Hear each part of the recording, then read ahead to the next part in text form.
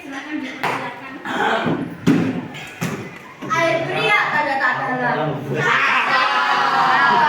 Air tenang berikan. Izinkan saya untuk ucapkan salam.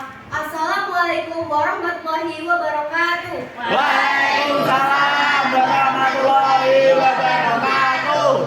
Pertama-tama marilah kita panjatkan puji syukur kehadirat Allah Subhanahu wa taala di mana dengan nikmatnya kita bisa berkumpul kelas belajar ini dalam keadaan sehat walafiat. Salawat dan salam saya panjatkan kepada junjungan kita Nabi Muhammad sallallahu alaihi wasallam dan kita tunggu syafaatnya di yaumil qiyamah nanti. Halo, perkenalkan nama saya Dista Bella Rencana yang bertugas sebagai moderator dalam acara debat kali ini. Selanjutnya di sini ada penulis. Kepada penulis saya silakan. Nama saya Angel Stefani Deka. Nama saya Raidan Adidia. Selanjutnya di depan saya ada tim pro dan tim kontra. Kepada tim pro saya persilakan perkenalan dalam waktu 1 menit. Halo semua, perkenalkan nama saya Kira Kozania Hendra absen 30. Perkenalkan nama saya Nisa Hendra absen 17. Saya Jafar bin Syarbi dari absen 30. Perkenalkan nama saya Talita Aziza Naomi absen 32. Perkenalkan nama saya Nadila Elsa Safira dari absen 31. Selanjutnya kepada tim kontra perkenalan dalam waktu 1 menit. Saya Joy Junaidi, absen 14. Saya Muhammad Sanjadi, absen 20. Saya Begas Radia, bukan pertama, absen 06.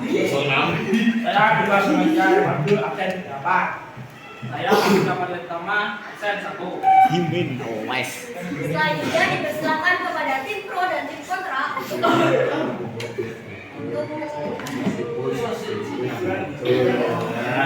yel-yel. Siap, yel-yel.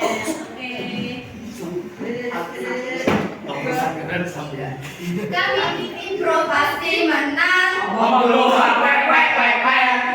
Jadilah yang menang. Apakah kamu bisa balas argumen yang kita buat? Tentu saja pasti bisa. Ya. Beli buah ke Sumatera. Pulangnya beli sayur lodeh. Tim kontra, jangan sok jago deh.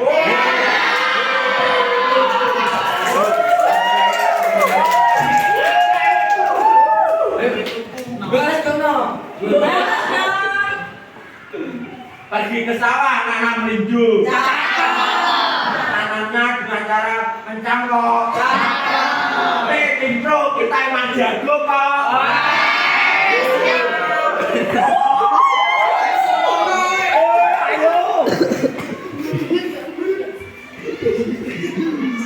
Kami dari tim pro berprestasi, ayo dong bantai kami. Punya nyali Kami dari tim kontra dari berani, ayo dong bantai kami. Pasti kamu kalah lagi.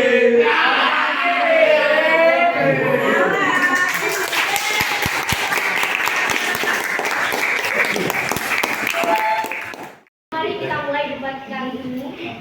Diawali dengan penyampaian argumen dari tim pro dan tim kontra masing-masing memiliki waktu 3 menit. Kepada tim pro disilahkan.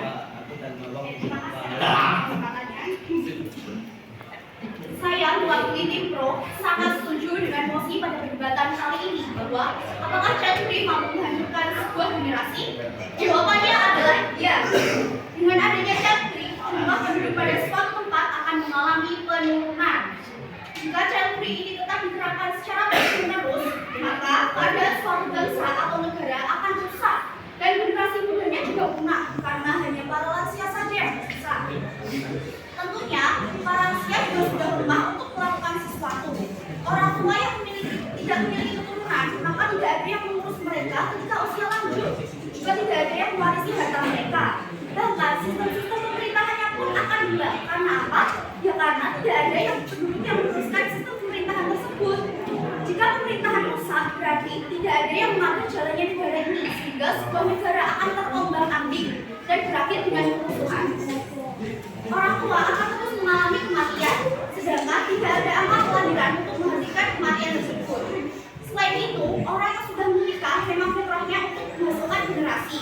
Selain ibadah negatif bagi keluarga masyarakat, Chotri juga dilarang dalam Islam. Anas bin Malik radhiyallahu anhu berkata, Rasulullah Shallallahu Alaihi Wasallam bersabda, memerintahkan untuk menikah dan melarang keras untuk membujak dan berkata, nikahlah wanita yang penyayang dan subur, karena aku akan berbangga dengan kalian di hadapan para nabi pada hari kiamat.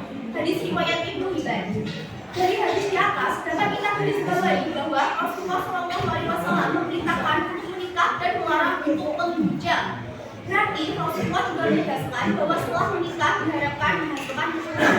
Maka dari itu, child free perlahan-lahan harus dihapus karena dengan adanya child free membawa dampak buruk bagi bangsa. Karena sebagai pelajar kita harus bisa berpikir kritis karena kitalah generasi emas, kitalah generasi penerus bangsa. Saya mewakili tim kontra, tidak setuju pada mosi ini dikarenakan di negara yang praktis penduduk memang diharuskan untuk tidak membuat keturunan atau childfree, dan biasanya perempuan yang mengandung bisa membuat nyawanya hilang dan terancam. Masih banyak anak terbatas dan dunia sudah sesak oleh penduduk, makanya itu pandemi. Biasanya pasangan yang memilih childfree berpikiran bahwa anak akan membantu hidup dan secara ekonomi. Cuma juga punya anak apabila ekonomi tidak mencukupi. Terima kasih dari saya. Selanjutnya kepada tim pro silakan membantah mengenai argumen. Saya tidak setuju. Karena apa? Karena sebuah negara itu tidak pasti padat. Contohnya saja di Amerika, mereka memang memilih child free, tapi Saya setuju karena apa yang dikatakan saya itu tidak semua negara yang memiliki penduduk yang padat. Kalau Indonesia memang sudah penduduknya padat, seenggaknya itu pemerintah mengatur, bukan menerapkan child free. Kalau menerapkan child free lama-kelamaan generasinya akan habis. Sedangkan kalau pemerintah itu mengatur minimal satu rumah itu satu dua anak, itu pasti penduduknya tidak akan kelebihan dan masih ada generasi yang meneruskan negara kita. Terima kasih. Saya membantah argumen dari Jepang. Negara Indonesia bukan hanya Islam saja. Kita adalah negara persatuan.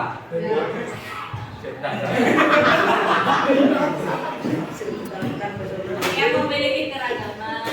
Ada budaya, tidak Islam saja. Ini Indonesia negara persatuan.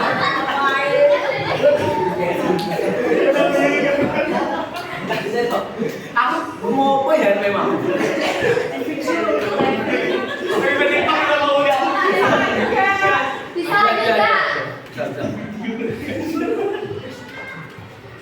Kita itu harus mendukung child free karena kenapa saya itu stabilitas Indonesia karena banyak orang tua yang berekonomi belum cukup sudah mempunyai anak lebih dari 10.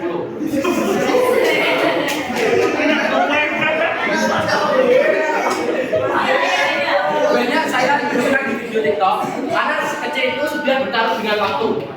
Sekolah saja tidak bisa. Banyak anak kecil yang mulung, bekerja sendiri dan tidak mempunyai orang tua. Orang tua juga nanya nyampe loh.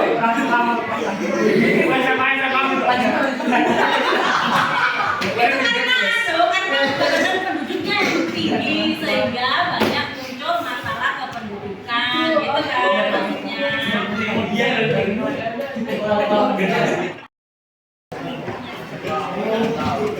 Saya tidak setuju karena ketika pasangan menikah, mereka akan kehilangan masa-masa momennya bersama kedua anak-anaknya.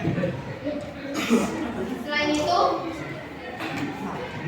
masa tua mereka gimana kalau nggak ada anak? Gak apa-apa, gak punya anak, yang penting kita kaya.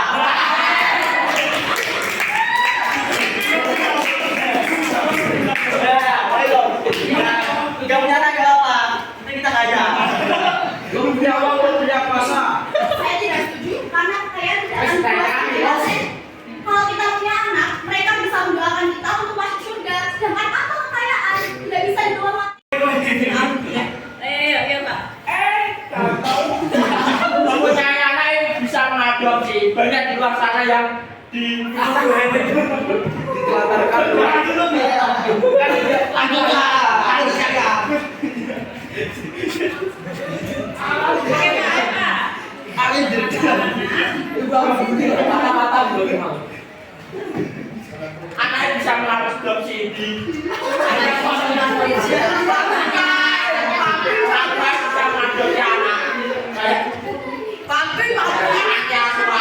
Tadi anaknya bisa banyak, ada juga orang tua.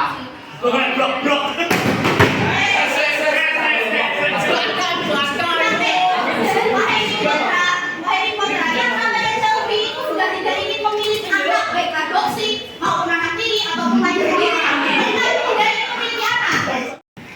Ya Kak ya, tapi kita harus mikir kalau child free itu bisa dibina oleh orang-orang di sekitar kita. Orang-orang di sekitar kita bisa menghakimi kita karena nggak punya anak. Dia bisa. Gimana? Ini lagi maju. Banget, ayo. Iya ya, bisa. Saya juga tidak setuju. Kenapa? Child free itu kalau dimasukkan di Indonesia, menurut mata masyarakat Indonesia itu termasuk nilai-nilai yang tidak sesuai dengan Pancasila. Ya, Semakin kita lanjut, semakin Anda sulit menjawab. Oke. Ya bisa. Jadi benar apa yang dikatakan Mas Nana tadi. Kalau tidak sesuai dengan nilai-nilai Pancasila, masyarakat di Indonesia akan membantah, menentang dan menghakimi. Kan jadi kasihan orang tersebut. Penerapan Indonesia adalah sukses bersama dengan pasangan memiliki motivasi masing-masing dalam menjalankan rumah tangga. Artinya keputusan ini mungkin salah satu cara agar kehidupan mereka tetap bahagia. Bahagianya dari mana? Dari uang.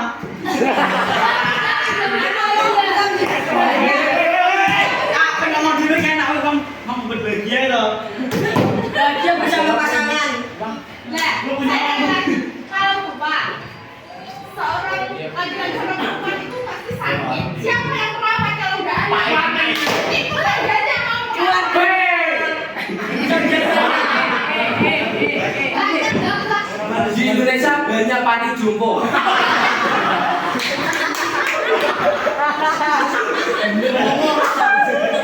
Kalau orang mau punya banyak anak, buat apa dibuat panti jompo di Indonesia? Saya tanya, kami coba ada urusnya nggak? Ada. Yang urusnya kok nggak ada generasi selanjutnya? Oh iya, dia no.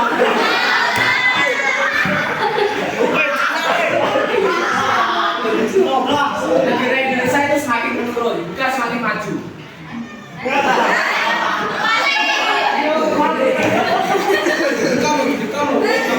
Negara Indonesia itu semakin maju, bukan semakin menurun. Jadi di masa depan masih ada banyak robot-robot yang dapat bergerak.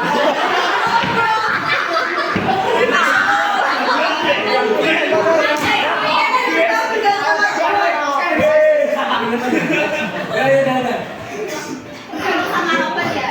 Kalau mau buat robot harus ada sumber daya manusianya. Sumber daya manusia harus pintar. Sekarang kalau kamu memilih untuk child free, gak punya anak, siapa yang akan melanjutkan tahun depan nanti? Membuat robotnya gak ada pelanjutnya. Gak ada yang mau belajar membuat robot karena gak ada generasi penerus. Terus gimana? Siapa yang mau buat orang tua mati? Tidak bisa itu. Katanya kan Anda setuju kalau child free diterapkan. Anda setuju kan kalau ada child free? Bahasa setuju. Ini pelajaran. Kalau di bangsa-bangsa Eropa itu kan orangnya hampir semua child free ya. Nah, mereka sekarang itu pertumbuhan penduduknya 0,2% per tahun. Sangat sedikit sekali bukan? Ya. Nanti kalau mereka terus child free, tidak ada generasi muda baru. Tidak ada yang meneruskan pemerintahan, tidak ada yang Oh, mau tahu masa. tidak ada yang mau meneruskan pemerintahan. Mereka tidak bisa, tidak ada lowongan kerja yang akan dipekerjakan. Tidak ada orangnya kan. Jadi nanti itu negara akan rusak. Tidak bisa.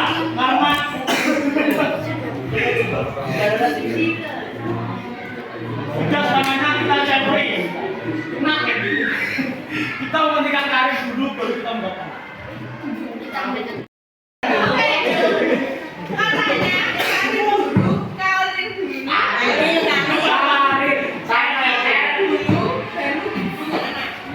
Nah, kalau kita langsung keburu ke kali terus kalau sudah tua bener-bener.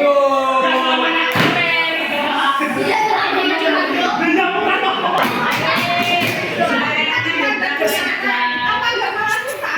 Tua pasti muncul anak bayi.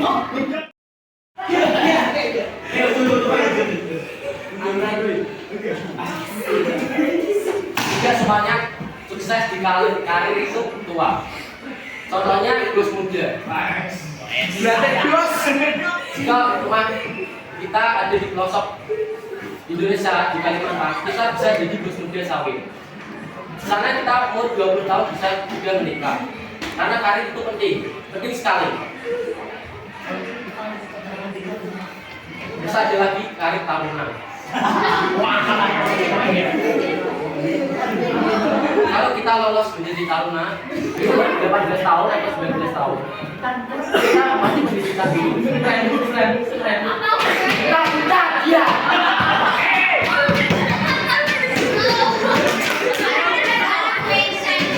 Baca gimana? Itu cantik.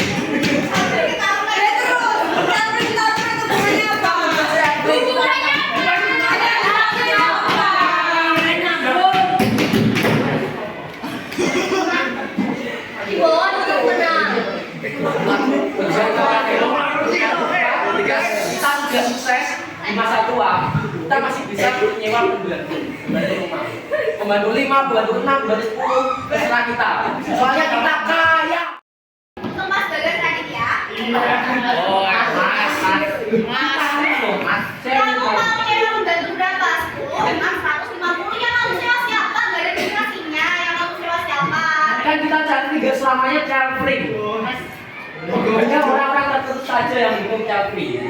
Dan selain child free itu ada yang tidak mendukung child free. Bagaimana kalau mereka ketemu child free terus mempengaruhi keluarga kita untuk child free? Bagaimana kalau mereka ada baju? Bagaimana mereka kalau terus selamanya silakan kepada Niko untuk menyampaikan apa yang adanya dari acara pertama dan Luki Pro dipersilakan. Santai ya, santai.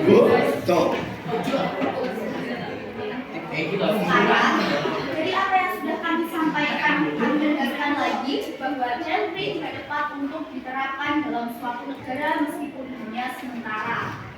Karena mereka akan merasa nyaman dengan tidak punya anak. Mereka yang menerapkan child free membuat anak juga.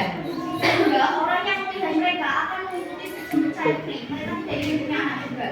Semakin banyaknya pasangan yang menerapkan child free, maka suatu negara akan mengalami penurunan penduduk.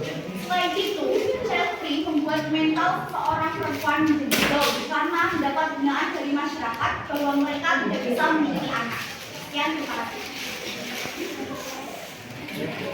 Selanjutnya, tim kontra untuk menyampaikan kepada tim kontra dipersilakan. Saya mohon maaf jika ada salah dalam penyampaian ini. Ada beberapa faktor yang bisa mempengaruhi seseorang perempuan atau pasangan memutuskan untuk child free. Yang pertama, ada latar belakang keluarga. Alasan pertama yang menyebabkan seseorang atau pasangan memilih untuk child free ialah karena ia memiliki masa lalu sendiri tentang keluarganya. Ia tumbuh dan melihat apa yang terjadi di dalam keluarganya. Sehingga jalan-jalan semasa kecil pun akan mempengaruhi pikirannya ketika ia dewasa. Latar belakang keluarga pun dapat mempengaruhi keputusan seseorang untuk child free, yaitu ketika seseorang memiliki keluarga yang memberikan kebebasan padanya untuk memilih dan memutuskan segala hal. Kedua, isu lingkungan. Seperti yang telah dijelaskan sebelumnya, alasan yang cukup untuk menarik dari seseorang memutuskan untuk child free adalah berkaitan dengan isu lingkungan. Sebagian individu baik yang telah berpasangan atau bahkan masih single pun menyadari isu tersebut, sehingga mereka merasa perhatian prihatin dengan isu tersebut dan memilih untuk tidak memiliki anak atau jantri. Harapannya, tentu saja mereka tidak ingin menambah populasi yang telah ada. 3. Kondisi finansial. Ada finansial seseorang menjadi salah satu faktor seseorang memutuskan untuk jantri. Membesarkan serta merawat anak bukanlah hal yang mudah. Dibutuhkan persiapan mental serta finansial yang matang. 4. Khawatir tidak mampu membesarkan anak dengan baik. Alasan keempat merupakan salah satu alasan umum yang menyebabkan seseorang atau pasangan memutuskan untuk jantri.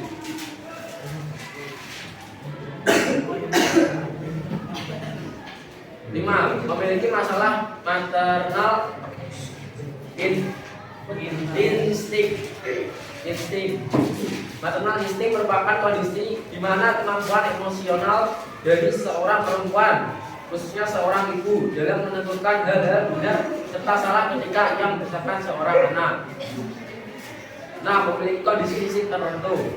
Beberapa mungkin memiliki kondisi fisik tertentu yang membuat dirinya tidak bisa atau tidak mampu memiliki seorang anak.